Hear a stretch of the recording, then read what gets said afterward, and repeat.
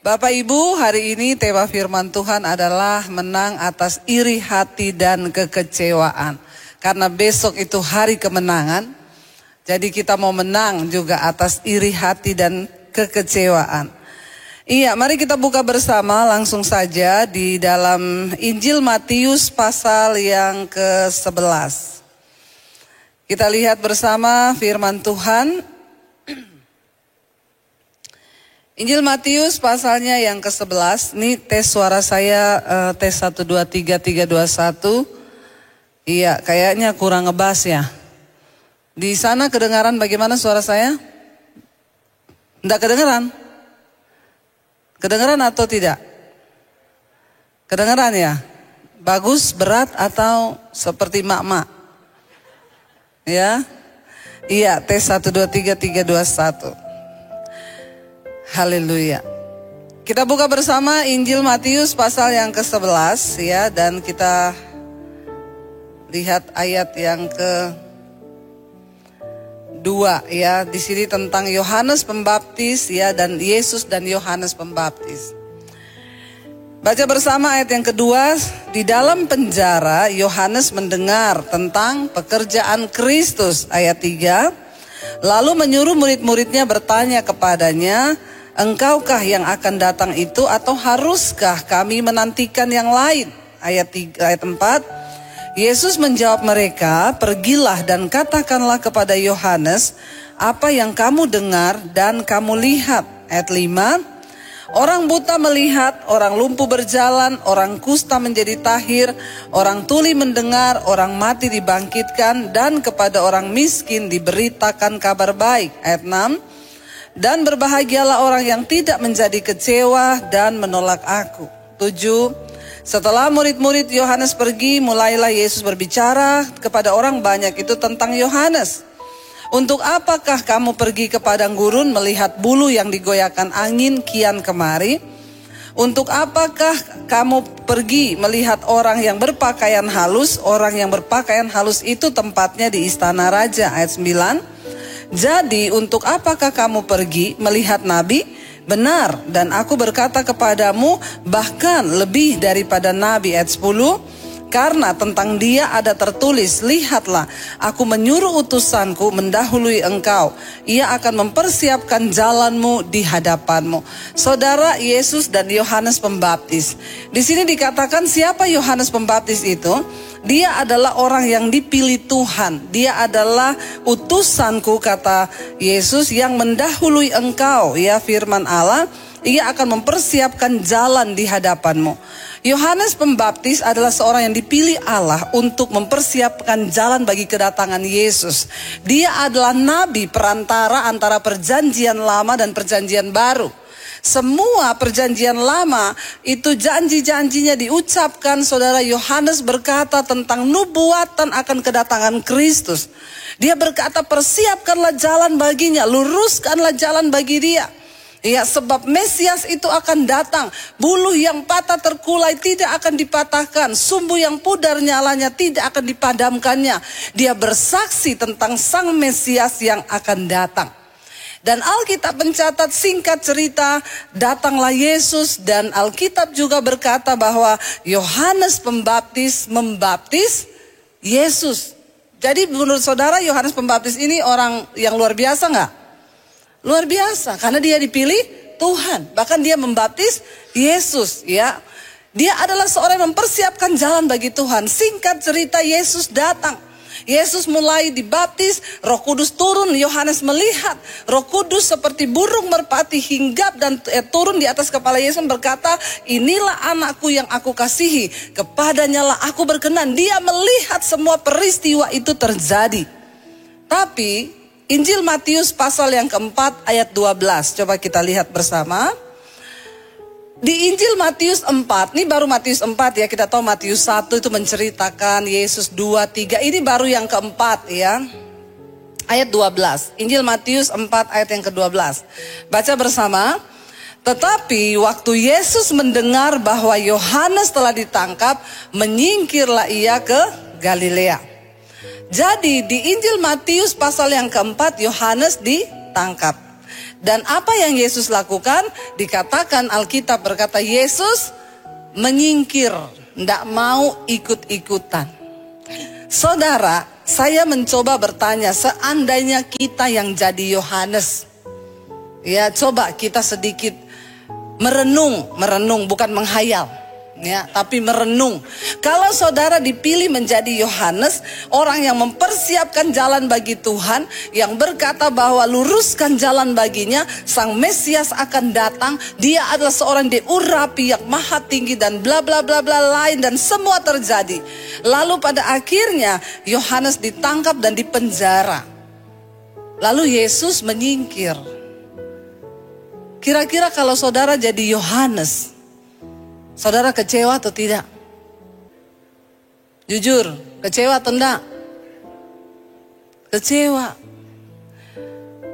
Dan Alkitab berkata tadi di Injil Matius pasal yang ke-11 ayat yang kedua, tolong dibalik lagi, Injil Matius 11 ayat yang kedua, dengan jelas firman Tuhan berkata di sana, di dalam penjara. Singkat cerita, Yohanes di penjara. Dari dalam penjara dia mendengar tentang apa? Pekerjaan Kristus. Dia menyembuhkan orang sakit, orang mati bangkit, orang lumpuh berjalan, orang buta melihat. Dia mendengar sementara dia di dalam. Saudara kalau punya teman atau saudara sudah, ya saudara pernah pakai orang itu untuk melakukan tugas saudara, lalu dia di penjara. Ya, ada nggak niat saudara untuk bantu dia? Itu tidak terjadi dengan Yohanes. Ketika dia sudah memberitakan tentang Kristus, dia membaptis Yesus loh.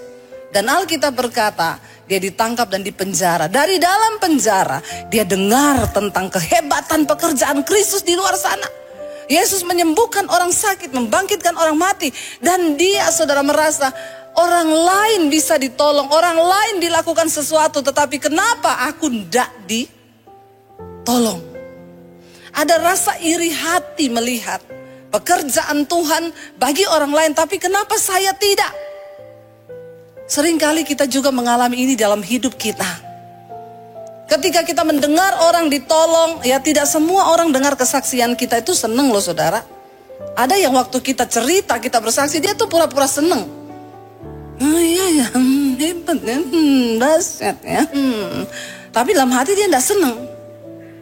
Ya, ada ketika orang mendengar ya tentang kenapa Tuhan ya kok dia bisa ya diberkati, kok aku enggak ya. Timbul kecewa, timbul iri hati, sehingga ayat yang ketiga firman Tuhan berkata, Yohanes menyuruh murid-muridnya pergi kepada Yesus untuk bertanya. Pertanyaannya apa? Coba kamu tanya sama Yesus, engkaukah yang akan datang itu, atau haruskah kami menanti orang lain? Saudara, ini pertanyaan yang sebenarnya tidak perlu terucap dari seorang Yohanes. Dia sudah melihat bahwa memang itu Yesus, Sang Mesias yang akan diutus Allah menjadi juru selamat. Dia bahkan yang membaptis Yesus. Dia berkata, maaf, untuk membuka tali kasutmu pun aku tidak layak. Tapi Tuhan bilang, untuk semuanya bisa tergenapi, engkau harus membaptis aku. Dia melihat Yesus yang benar-benar adalah Mesias yang dia beritakan itu datang. Tapi karena kekecewaan, ya, dan dia iri melihat bagaimana pekerjaan Yesus di luar sana, sementara dia tidak mengalami pertolongan itu, dia suruh murid-muridnya tanya, dia benar nggak itu Mesias? Benar nggak dia? Atau kita harus tunggu orang lain? Dengan kata lain, kalau saya bikin secara singkat kata-kata ini, kamu tanya sama dia, benar nggak dia itu Tuhan Mesias yang akan datang itu? Bagaimana mungkin dari seorang mulut Yohanes bisa terucap kata-kata yang bertanya dan meragukan Tuhan itu sendiri yang sudah dia lihat dengan mata kepala sendiri? Saudara, iri hati, kekecewaan bisa membuat orang akhirnya menolak dan meragukan Tuhan. Ngeri loh, ngeri. Ya. Memang di penjara itu tidak enak, saudara. Ketika orang dalam penjara, dia selalu berharap dapat datang pertolongan. Saya dulu pernah, satu teman saya cerita, dia tiba-tiba ditangkap polisi di rumah. Tidak bisa membela diri. Tidak ada kekuatan ya, karena dia waktu itu dikerjain sama teman bisnisnya. Ya, diangkut dari rumah suami istri, anak-anaknya, saudara, nangis semuanya. Tidak ada ampun, dia dibawa di sel berapa minggu di sel. Dia bilang, "Bu, saya tidur di situ, saya makan di situ, lubang WC-nya juga di situ. Nggak enak, Bu," dia bilang. Di penjara itu nggak enak. Akhirnya saudara, dia berharap untuk datang pertolongan. Orang tuh di penjara yang dia harapkan ada orang yang akan datang menolong. Dan dia berpikir Yesus yang adalah Mesias, Sang Tuhan itu, Sang Juru Selamat, yang melakukan pekerjaan yang ajaib, harusnya dia datang tolong saya. Tapi tidak terjadi. Berapa banyak kali kita, saudara, kalau kita sudah berdoa, kita ke gereja, lalu kita berkata, "Saya sudah doa, saya sudah puasa, tapi apa yang Tuhan buat? Saya nggak rasa apa-apa. Hidupku begini-begini aja, nasibku begini-begini aja." Saudara, kenapa bisa Yohanes Pembaptis kecewa kepada Tuhan, saudara? Karena di dalam hidup ini mengiring Tuhan, jangan semuanya hanya tertuju kepada aku, dan aku. Harusnya aku begini, harusnya Tuhan tuh berbuat begini, harusnya begini, harusnya begitu. Kita ikut Tuhan bukan supaya keadaan kita baik. Kita ikut Tuhan bukan supaya masalah kita selesai. Kita ikut Tuhan karena memang dunia ini tempatnya masalah, dunia ini tempatnya dosa, dunia ini tempatnya penderitaan. Kita ikut Tuhan supaya ketika engkau mengalami hal-hal yang buruk, engkau punya kekuatan dan pengharapan di dalam Dia. Katakan. Makanya banyak orang kecewa. "Bu, saya tuh sudah sungguh-sungguh ikut Tuhan, tapi kenapa suamiku mati, Bu?" Saya mau tanya, engkau ikut Yesus terus engkau enggak mati-mati? Enggak kan? Walaupun kita jadi anak Tuhan yang taat, apakah kita masih bisa akan menghadapi masalah? Iya, karena kita masih hidup di dunia. Walaupun kita sudah sungguh-sungguh ikut Tuhan, apakah orang bisa kena kanker? Bisa. Waktu kita sudah sungguh-sungguh melayani, apakah anak kita bisa mempermalukan, mengecewakan kita? Bisa. Ini dunia. Tapi kenapa kita mempercayai Tuhan? Karena orang-orang yang mempercayai Tuhan, dia akan menghadapi masalah dalam hidupnya, tapi dia punya pengharapan bahwa Tuhan akan beserta bahkan sampai pada kekekalan. Amin. Makanya orang berkata, "Bu, saya divonis mati 6 bulan lagi." Puji Tuhan, kenapa? Engkau punya Yesus. Sekalipun engkau tidak disembuhkan, engkau sudah punya Tuhan. Ada jaminan keselamatan sampai pada kekekalan. Tidak semua harus disembuhkan, tapi Tuhan menjamin masa depan dan hidup kita sampai pada kekekalan. Itu yang terpenting, Bapak Ibu. Ya, tapi banyak orang Kristen tuh salah mengikut Tuhan. Dia pikir kalau dia ikut Tuhan, pokoknya aku yang aku turuti, yang aku mau, yang aku ingin, semua terjadi sesuai yang aku mau. Tidak begitu. Yesus bisa nggak menolong Yohanes? Bisa. Bahkan Alkitab mencatat akhirnya Yohanes kepalanya dipenggal. Dan Tuhan gak tolong. Tuhan gak datang untuk membebaskan dia. Ya. Dan iman seperti apa yang kita miliki, saudara? Kalau kita hanya mengikut Tuhan sampai hanya untuk melihat mujizat, maka engkau salah. Ya, kita mungkin akan kena sakit satu saat. Kita juga mungkin akan mati. Tetapi kita harus tetap percaya. Kita percaya Yesus karena ada jaminan sampai pada hidup yang kekal. Karena hidup yang sesungguhnya bukan di dunia ini. Makanya Alkitab berkata, kalau engkau hanya menaruh harapan saja kepada Kristus selama engkau hidup di dunia ini, engkau adalah manusia yang paling malang dari semua manusia yang ada di dunia. Taruh pengharapanmu sampai pada kekekalan. Tuhan, aku sembuh atau tidak sembuh, aku percaya engkau menjadi jaminan sampai pada kekekalan. Aku kaya atau aku miskin, aku tetap percaya bahwa engkau Tuhan yang setia. Itu yang Tuhan mau, Bapak Ibu. Jangan engkau punya kekecewaan. Kalau orang sudah kecewa dan kecewa itu susah. Lalu jadi tawar hati, tidak ada rasa. Iya, kalau tawar hati itu sulit. Roti tawar masih enak. Dikasih meses sama susu, jadi sedap. Tapi kalau hati tawar, siapa yang bisa? Ya, untuk membuat hati itu kembali manis. Saya tuh kalian dengar orang bercerai, kadang-kadang hakim itu belum memutuskan palu ya. Dia akan bilang, "Bapak Ibu, saya kasih waktu 1 bulan, coba merenung dulu. Coba bernegosiasi dulu. Coba pulang dulu, jangan terburu-buru. Ingat yang manis-manis. Coba ingat dulu pertama kali kamu jatuh cinta. Ingat dulu pertama kali kamu ketemu. Ingat waktu kamu lirik-lirikan. Ingat waktu kamu jatuh cinta. 1 bulan saya kasih kamu waktu. Berpikir lagi baik-baik. Kalau hatinya ya kecewanya masih di tahap yang sedikit, masih bisa akhirnya lewat hamba Tuhan atau apalagi mereka melibatkan Tuhan, bisa. Tapi kalau sudah banyak kecewa, hakim kasih waktu 1 bulan. Cuma 1 minggu dia telepon hakim. Pak Hakim, cepet ketok palu cerai. Jangankan 1 bulan, 1 minggu kami sudah mau saling bunuh ini. Kenapa? Karena hatinya penuh kekecewaan. Karena orang itu kalau kecewa sudah pasti menolak.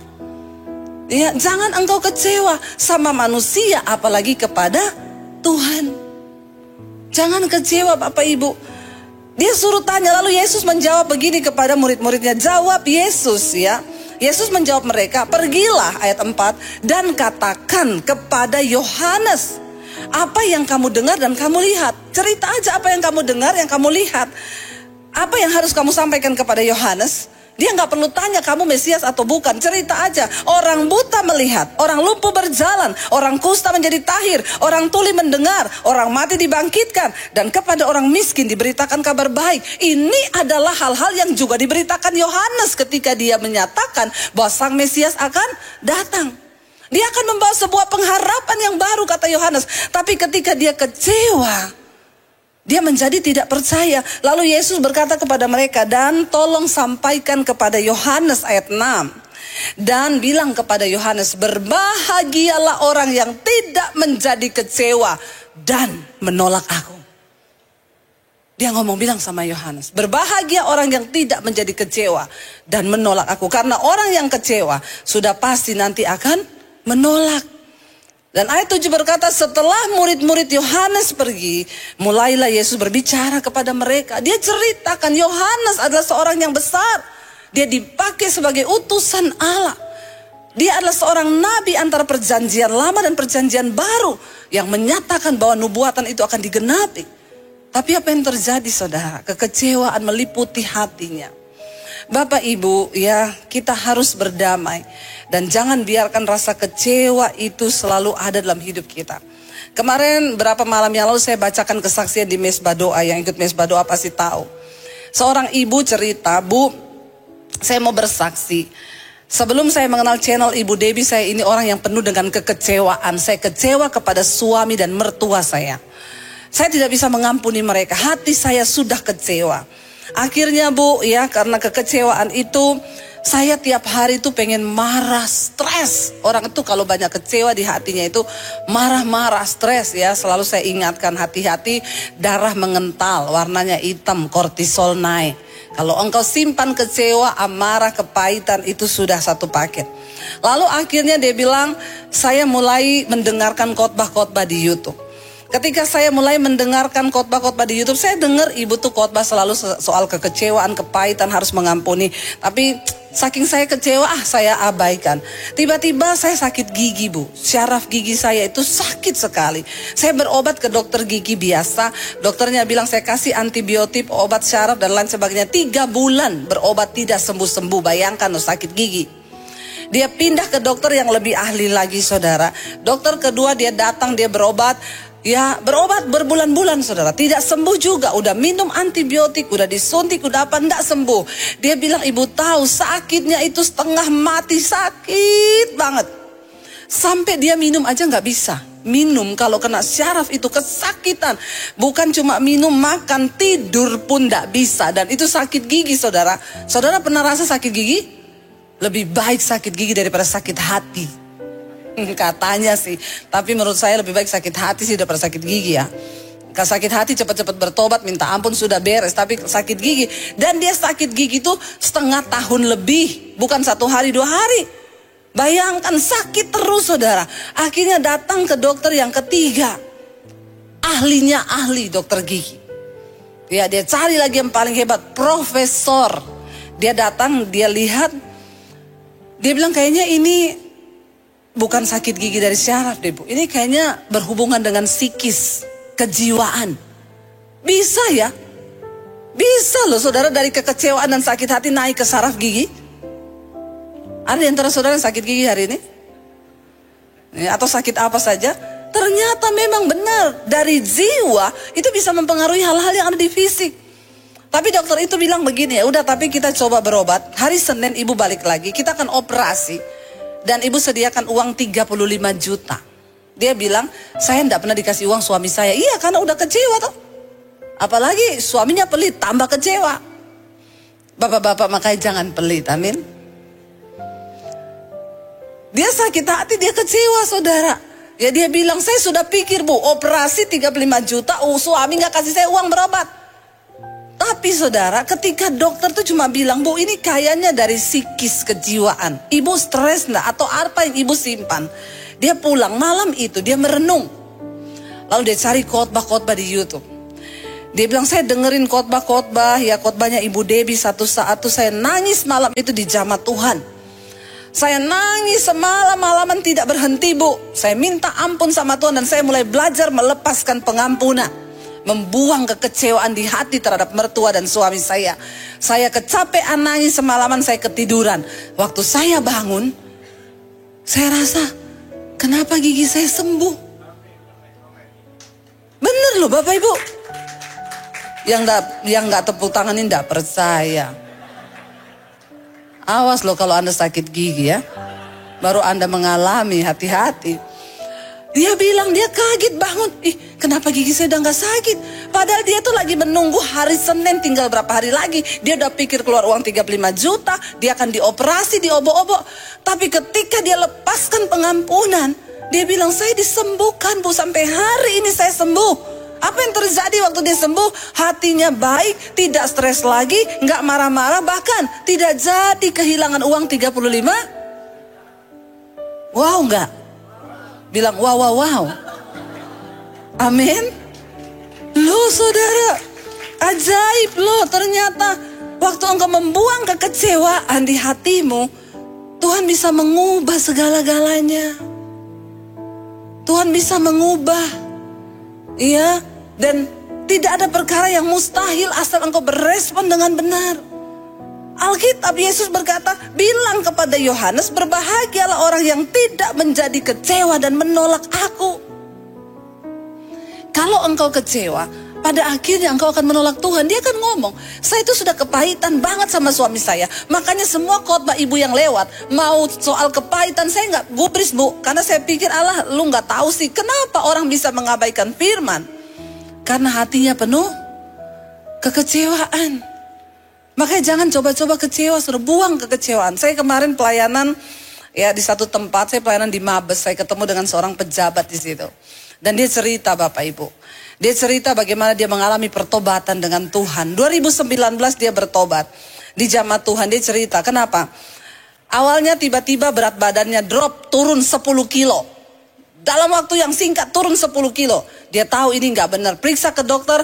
Dokter memvonis dia kena penyakit yang mematikan dan engkau akan segera mati. Makanya bersyukur yang berat badannya nggak turun-turun. Berarti kita sehat, amin. Haleluya, puji Tuhan. Bersyukur ya. Karena orang gendut susah diculik. Makanya makanlah yang banyak supaya kita tidak diculik. Lalu Bapak Ibu dia akhirnya dokter vonis dia akan mati. Orang itu kalau sudah divonis mati, ya takut kan, pasti cari Tuhan. Dia bilang, dia ketakutan setiap hari, dia takut mati. Dia bilang, sampai ibu percaya nggak? Saya 3 kali bu, sudah di atas pesawat, saya minta turun.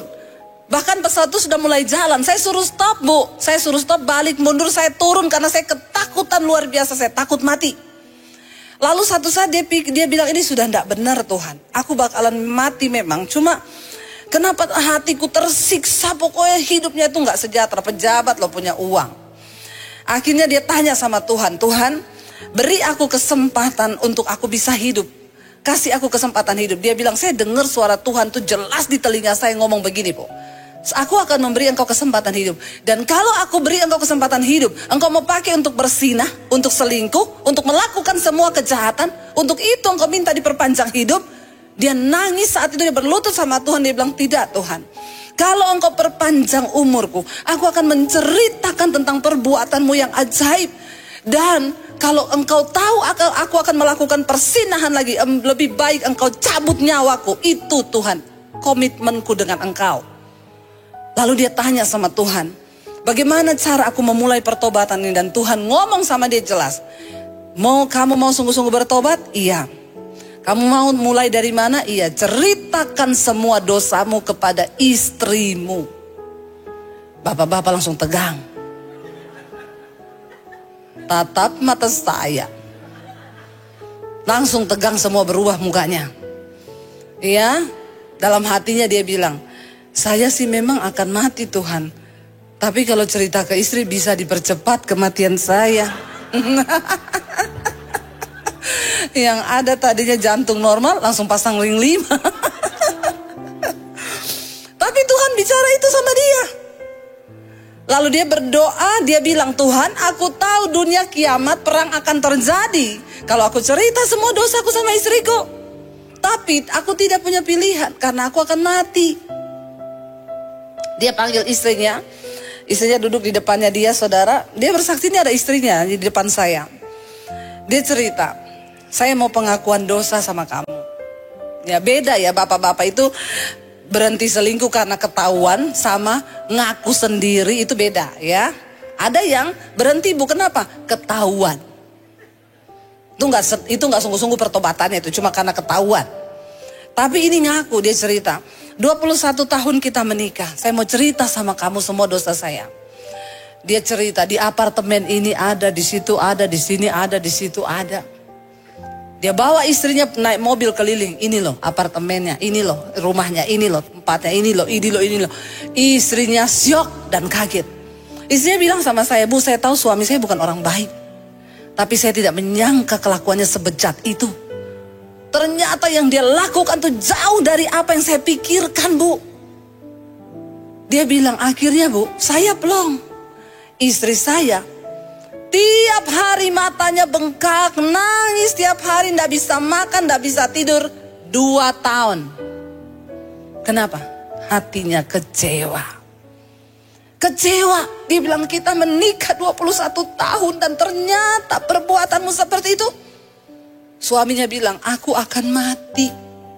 Aku terima semua penghakimanmu, aku terima. Ngomong aja, pokoknya aku tuh akan mati, aku minta maaf. Tapi kenapa istrinya bisa sembuh, saudara? Termasuk cepat, 2 tahun tuh sembuh. Karena dia melihat ada buah pertobatan yang dihasilkan oleh suaminya. Dia bilang, Bu, suami saya tiap pagi bangun berdoa, dengerin khotbah, baca Alkitab. Ya itu khotbahnya Bu Debbie bisa 6-7 kali sehari dia dengar. Di kantor dia dengar khotbah, di rumah dia dengar khotbah. Dulu tengah malam ditelepon istrinya, di mana? Masih dinas, belum pulang. Iya, masih kerja. Nggak usah cari-cari, tutup aja teleponnya.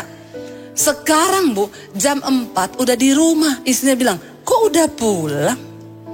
Bingung nggak? Bingung. Ada perubahan yang terjadi. Jadi ibu-ibu, kalau suamimu bilang dia sudah bertobat tapi kelakuannya belum berubah itu belum bertobat dan percaya. Pulangnya masih tetap sama tengah malam, kelakuannya masih sama, pret.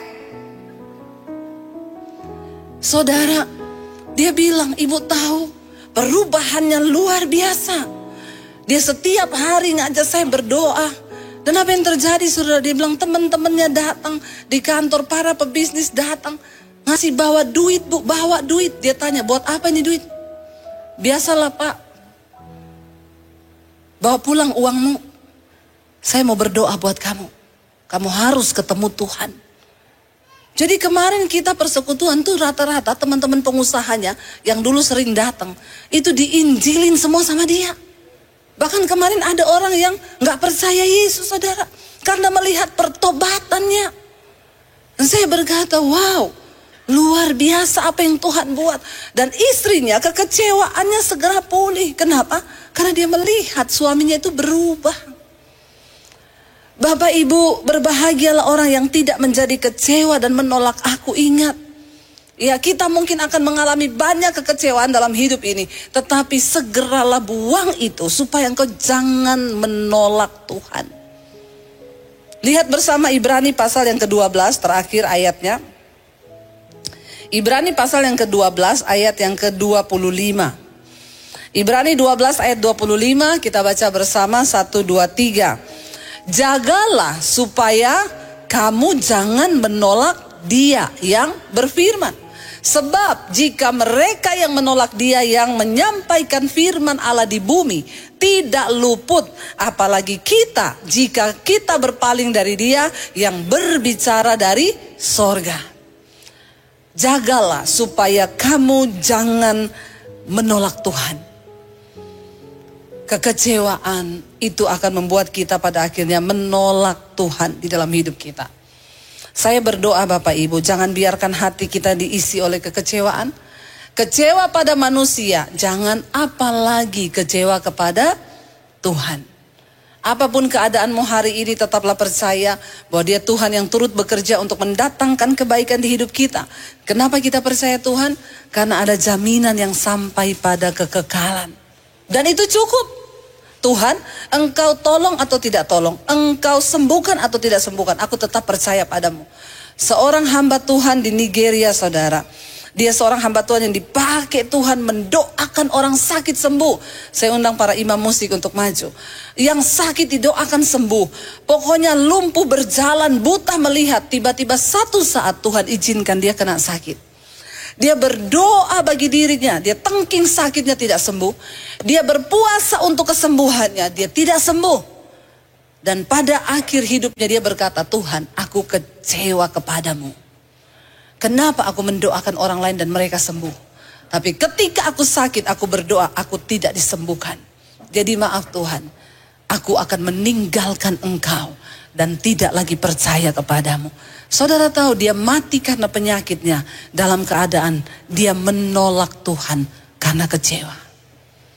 Seharusnya dia berkata, Tuhan, aku sembuh atau tidak sembuh, aku tak percaya Engkau Tuhan yang berdaulat atas hidupku. Aku tidak akan pernah menolak Engkau, sebab Engkau yang berjanji memberi hidup sampai pada kekekalan. Apapun masalahmu hari ini saudara, mari datang pada Tuhan. Kita mau bilang, Kau yang lebih tahu apa yang terbaik bagi hidup kami. Ajar kami menerima segala keputusan Tuhan. Sebab Engkau yang lebih tahu bahkan cara yang terbaik untuk pulihkan hidup kami. Engkau sanggup menjadikan kami pemenang-pemenang dalam hidup ini. Bahkan sekalipun kami tidak dan belum melihat janji-janji Tuhan. Namun pemenang, dia berlari sampai garis akhir. Dia tetap menyelesaikan pertandingan sekalipun dia bukan pemenangnya. Kami berdoa Tuhan, biarlah Engkau bawa kami sampai di garis akhir. Bahkan firman-Mu berkata, saksi-saksi iman banyak di antara mereka yang tidak melihat janji Tuhan di dalam hidup mereka. Namun mereka percaya mereka akan menerimanya di dalam kekekalan. Musa tidak bisa masuk ke tanah perjanjian. Tapi dia menyelesaikan tugasnya sampai di garis akhir karena dia percaya ada kehidupan dalam kelimpahan. Setelah kematian nanti dia akan terima bersama Tuhan. Mampukan kami Tuhan untuk tetap menjadi pemenang iman. Sekalipun mungkin hari ini hidup kami belum dipulihkan, kami tidak akan kecewa dan menolak Tuhan. Sampai di garis akhir kami akan tetap percaya bahwa Engkau Tuhan yang sanggup menjadikan kami lebih daripada pemenang.